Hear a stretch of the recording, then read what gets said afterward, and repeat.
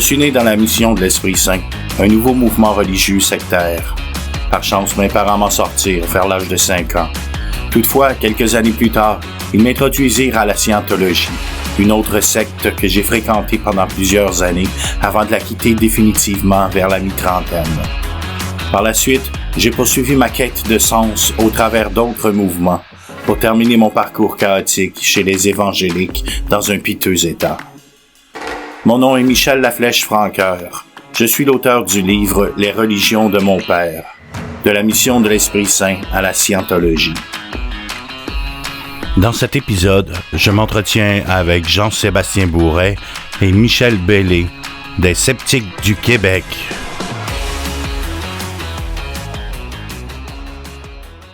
Premièrement, avant d'arriver en scientologie, j'en parlais pas puisque je vivais dans la honte.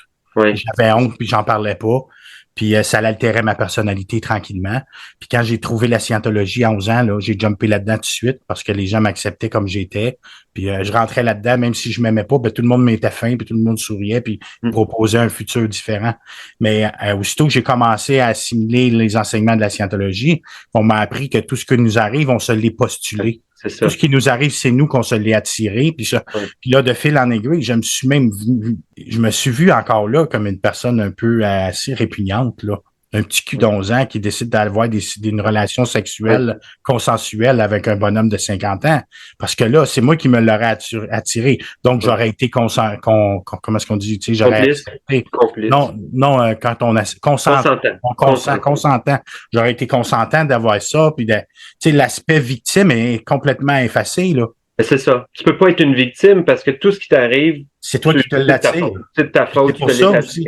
Mais pareil, quand t'es PTS aussi, c'est toi qui t'attires de t'entourer de suppressifs, de personnes oppressantes. C'est encore là, c'est toi qui te l'attires. Pour ça que c'est à toi d'en prendre responsabilité, de t'en aller à l'éthique, puis régler ça avec l'éthique. Souvent, ça finit par une lettre de disconnexion avec la personne. Là, tu écris une lettre comme quoi tu veux plus la fréquenter. Tu es obligé de la faire en double. Ils en mettent une copie dans ton dossier d'éthique, comme quoi tu as disconnecté de telle personne parce que cette personne-là t'appuie pas dans ton projet de faire des cours de scientologie ou parce qu'elle te parle contre la scientologie ou parce qu'elle est associée avec des psychiatres. Oui. Oh, oui, ou parce qu'elle est journaliste. Ça va bien plus loin, là. C'est pas juste de parler contre la scientologie. Les psychiatres sont tous suppressifs, là. Les psychologues, c'est tous des suppressifs, puis même souvent les enfants. Puis ça reste longtemps, cette maudite mentalité-là. Regarde, moi, ça fait à peu près, là, j'ai quoi? Je vais avoir 51. Ça fait 15-20 ans que j'ai pas mis les pieds dans une église de scientologie, là. Puis là, j'ai une voisine, là, qui est très malade. Puis elle est très affectée. Puis son mari travaille en psychiatrie. Puis quel flash que j'ai eu dans ma tête? Ben, c'est lui, son suppressif. C'est à cause de lui qu'il est malade. Même après 15-20 ans d'être sorti de la scientologie, ça reste. Quand je tombe malade, là, je pogne une grippe, ça m'arrive rarement, là. Tout de suite, j'ai un réflexe de chercher autour de moi qui est-ce qui m'a oppressé. Au lieu de réaliser que 3/4 du monde a le maudit virus. 3/4 du monde est malade de ce temps-là. Ils ont tout le rhume, la grippe. Puis on est en novembre, tu sais. Mais non, tout de suite, là, je cherche qui est-ce qui m'oppresse autour de moi. Puis... Mais là, avec la COVID qu'on a eue les dernières années, ça fait beaucoup de monde suppressif, là. Mais des PTS, les sources potentielles d'ennui, des gens qui sont entourés par des suppressifs, oui. Mais même si rationnellement, tu le sais que en tout cas, maintenant tes croyances ont changé sur le plan rationnel, sur le plan cognitif, mais il y a encore tous ces anciens schémas de pensée qui reviennent. Ça a tellement été inculqué que ça t'est tellement répété, ça t'a tellement été dit et redit de plein de façons différentes. T'avais incorporé ça à l'intérieur de toi que, comme tu dis, les premières pensées qui te reviennent quand tu tombes malade, c'est c'est quoi le problème? C'est à cause de qui? Ouais. De moins en moins, mais ça peut m'arriver. Mais aujourd'hui, tout de suite, je dis non, c'est pas ça.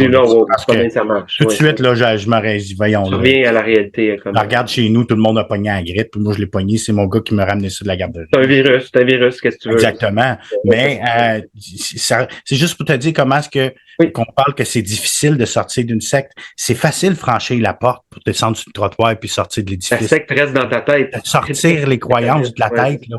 Comme je t'ai dit, plusieurs années après être sorti de la scientologie, j'ai continué à penser que je portais malheur. J'ai pensé ça pendant plusieurs années.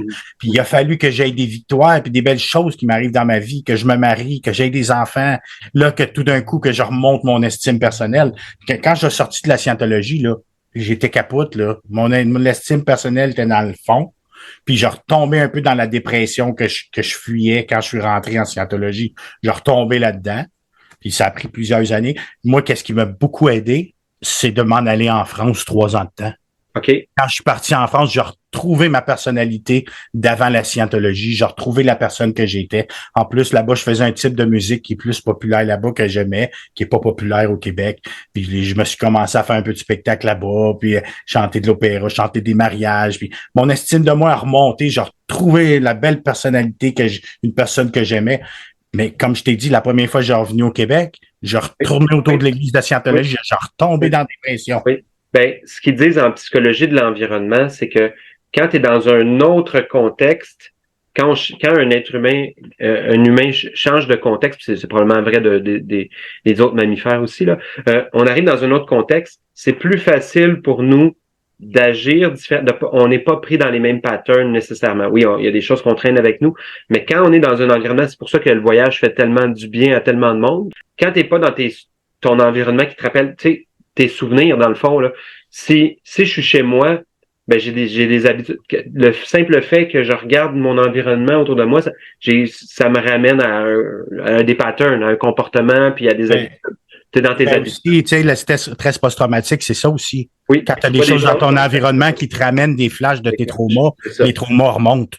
Fait que quand tu sors de l'environnement où tu as été traumatisé, ben, c'est comme libéré.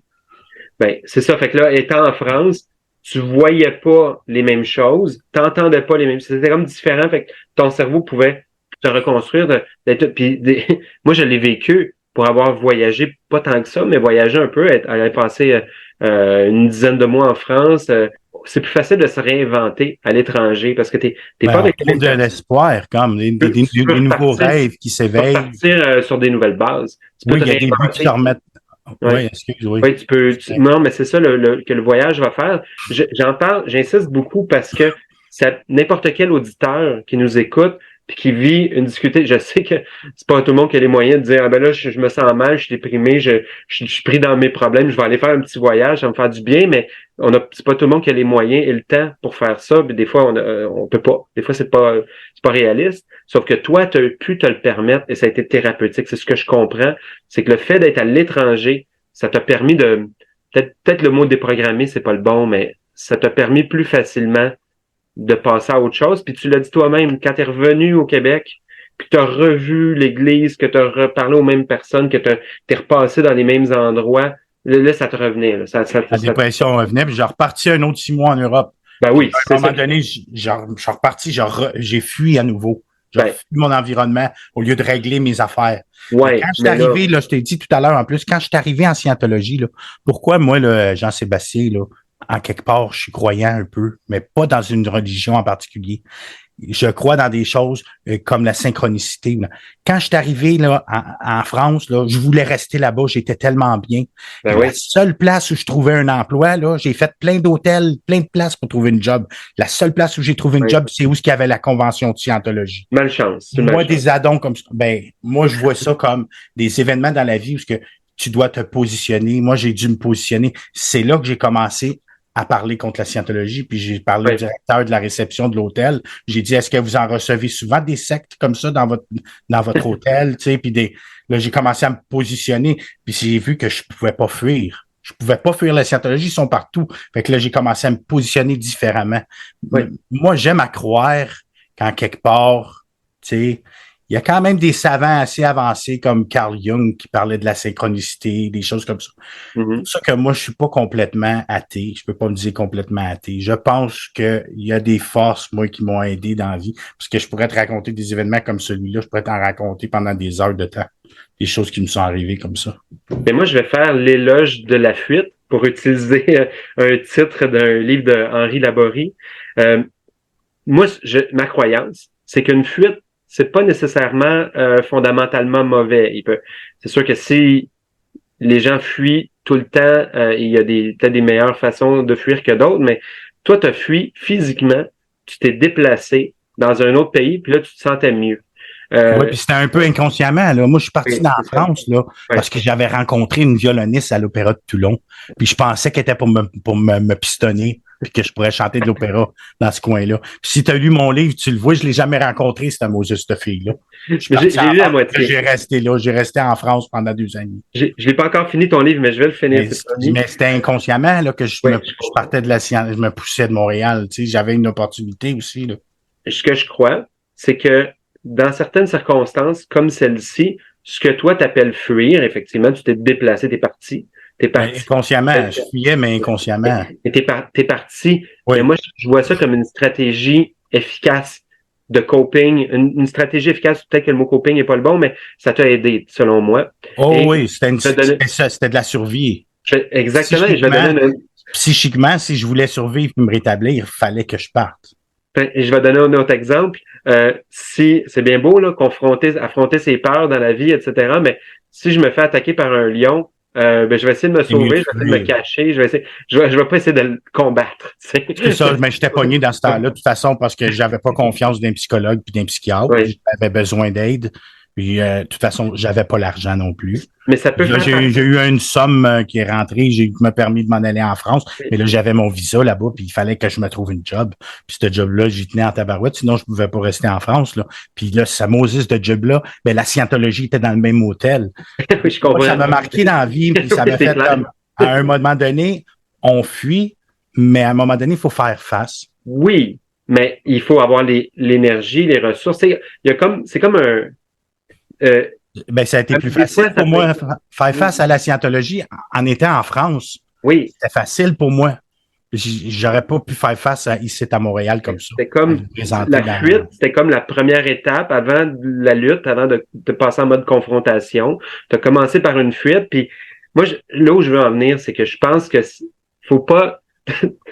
c'est bien des fois de reconnaître ses vertus à la fuite, parce que la mauvaise presse, se sauver, s'enfuir de nos jours, c'est vu comme étant non, faut jamais fuir, mais je m'excuse, mais non, il y a une bombe qui s'en vient, tu te caches, tu te mets à l'abri, tu te sauves.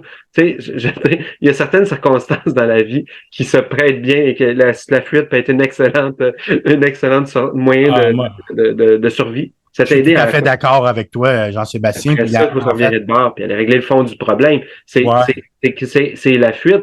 Sur le long terme, non. Pas pour une vie au complet. Mais tu vois, moi, dans mon espèce de mouvement que j'avais essayé de partir, puis j'ai un petit site web de secte en secte, puis tout. C'est une des options que je voulais proposer aux gens, de les aider à sortir de leur milieu. Oui, pour aller s'installer ailleurs pendant quelques mois, pendant le temps que ça prendra pour se retrouver eux-mêmes. Tu sais, puis. Mais c'est ce qu'ils disent aussi dans le milieu des thérapies pour les gens qui auraient des dépendances, que ce soit alcool, drogue, etc. Ils disent, tant que tu tiens avec le même monde, que tu tiens avec les mêmes personnes qui partagent ta dépendance, c'est très difficile de t'en sortir. Donc, ils vont encourager, d'où les maisons de thérapie, des choses comme ça, ils vont encourager la personne à sortir de son milieu et à peut-être, idéalement, pas y retourner quand elle a fini sa thérapie. Parce que si la personne, est à jeun, elle est abstinente pendant, mettons, c'est une personne alcoolique. Okay? La personne alcoolique est abstinente depuis 1 mois, 2 mois, 3 mois. Mais si elle retourne avec sa gang d'amis qui prenaient de l'alcool tout le temps, puis c'était la gang avec qui elle buvait, puis elle se pétait à la face, la tentation va être très forte. Parce que même si tout ce monde-là, ils font super attention, c'est les souvenirs qui reviennent. C'est un peu, tu sais, OK, personne, il n'y a aucune bouteille nulle part. Mettons, ils sont fins quand même. Ils sont gentils, assez qu'il y a personne qui revient à la thérapie. Ils mettent aucune bouteille, mais tu retournes dans la même place que tu as bu, que tu as fumé, tu es avec la même gang, tu as du fun, tu te mets à rire, puis là, c'est pour ça qu'il y a des gens qui ont besoin d'aller en thérapie fermée pour sortir de leur environnement, puis aller dans une thérapie fermée. Mais pour revenir au secte, là, regarde Maurice Thériault aussi, qu'est-ce qu'il faisait avec ses fidèles. Il les amenait dans... Pourquoi? Les gens vont y aller souvent à avec plaisir. Tu sais, souvent, moi, c'était excitant quand j'ai quitté Montréal pour m'en aller en scientologie en Floride, parce que je sortais de cette espèce d'environnement que déjà, à l'âge que j'avais, déjà, pour moi, la société, c'était fucké. Souvent, les gens, ils vont être intéressés de sortir de la ville, de sortir de leur environnement pour s'en aller dans un lieu cloîtré, sectaire, où ce qu'ils peuvent se faire. Mais c'est l'appel de l'aventure aussi, là, c'est que tu vas quitter ton monde, ton ancienne vie, tu vas commencer une nouvelle vie, les gens ont plein d'espoir. Ben, il y en a une place aussi, pas juste ça, regarde, au Québec, là, il y a une place où ce que tu t'en vas là, puis ça dure 10 jours, je connais pas le nom, là. Puis tu donnes ton téléphone en rentrant, puis tu signes un papier, là, comme quoi tu vas rester là, peu importe qu'est-ce qui arrive. Ils te font faire de la méditation toute la journée, de la méditation intensive. Puis le soir, ils te font faire des conférences où ce qui te bourre le crâne quand tu es dans un état second parce que tu as médité toute la journée. Ben, ils font ça dans des belles places à l'extérieur. Puis oui.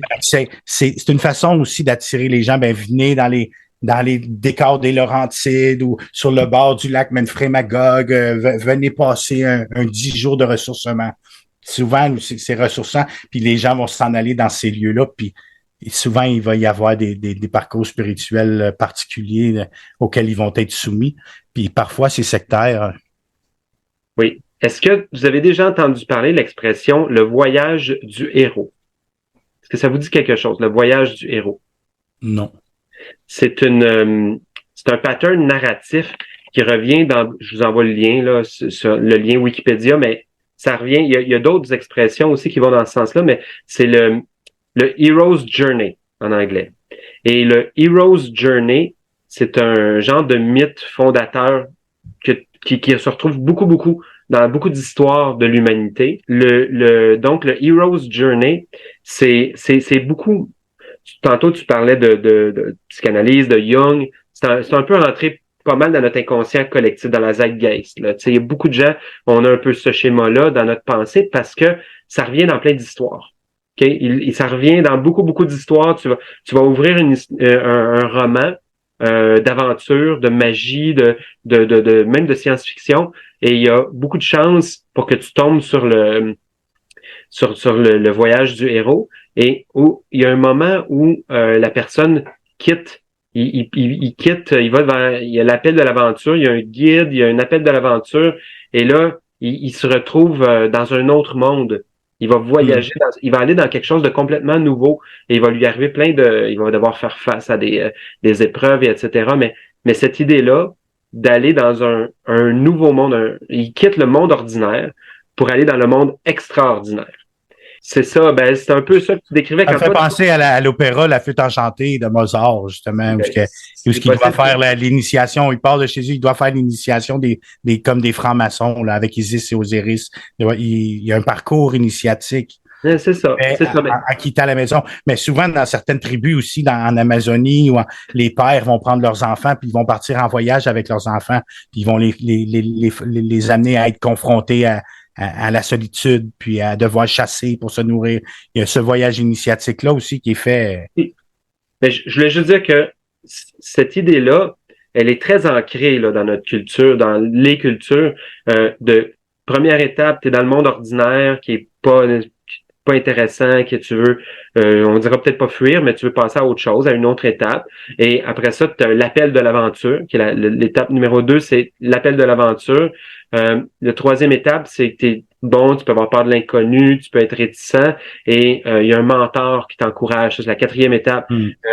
Souvent un vieil homme sage ou autre, et ça peut être même un animal, qui te donne des outils, il dit « Ah, mais grâce à ça, tu vas pouvoir aller affronter des épreuves, aller dans le monde extraordinaire. » Là, il y a l'étape numéro 5, tu passes le seuil de l'aventure. Dans ton cas, ça peut être en avion, tu pars en avion, tu t'en vas en Floride, tu passes le seuil, tu es dans un monde extraordinaire, un autre monde que tu connaissais pas avant. Tu peux plus faire demi-tour. Et puis, tu n'avais pas les moyens de reprendre l'avion pour revenir chez toi à Montréal. Donc, après ça, tu subis des épreuves, tu rencontres des alliés, il y a des ennemis. Étape numéro 7, tu atteins l'endroit le plus dangereux en profondeur où tu dois trouver, ils disent l'objet de ta quête, mais en tout cas, quelque chose. Ça peut la personne qui est dans cette quête-là, est très, très facile à être recrutée par une secte.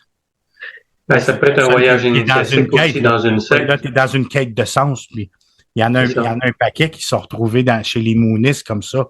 Ils les amenaient en dehors de la ville pour une fin de semaine de ressourcement là, autour d'un thème. Ils parlaient jamais des moonistes, là. Ils les amenaient vraiment sur un autre sujet. Puis tout d'un coup, là, au bout de la fin de semaine, là, tu voyais que c'était tabarouette, là, ils commençaient à parler des moonistes, puis l'unification, l'Église d'unification. Puis là, tu voulais t'en aller, mais tu peux pas parce que tu t'es engagé à rester là pendant 4 jours. Fait que jusqu'à temps que tu passes qui arrive à avoir une emprise sur toi. Oui.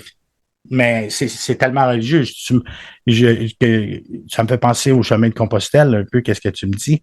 Sauf que je sais pas, moi, j'ai eu tendance quand même à l'Église catholique, je les trouve pas trop dangereux, là. Mais ça me fait penser quand même une personne qui veut aller faire le chemin de Compostelle. On est attiré pour déconnecter de notre environnement, pour s'en aller loin, pour faire un voyage initiatique. Puis ça arrive beaucoup dans des sectes. Ben, ce que je voulais dire, dans le fond, c'est qu'une des grosses différences que l'on fait entre une secte ou une religion qui a des tendances sectaires, si tu as quelque chose qui est sectaire, ils vont chercher, il va y avoir des idées qui vont t'isoler. Les choses dont on a déjà parlé beaucoup là, dans les derniers épisodes. La religion catholique le fait plus aujourd'hui de dire ben là si quelqu'un est pas catholique tu lui parles pas, tu t'éloignes de lui, tu te tiens pas avec. Ces tendances sectaires là, tu sais c'est un continuum. Tu peux avoir je pense pas que le chemin de Compostelle, il y a quelqu'un qui t'attend au bout là, pour te mettre le grappin dessus, je pense pas. Mais ça me fait quand même penser, c'est le même genre de démarche de.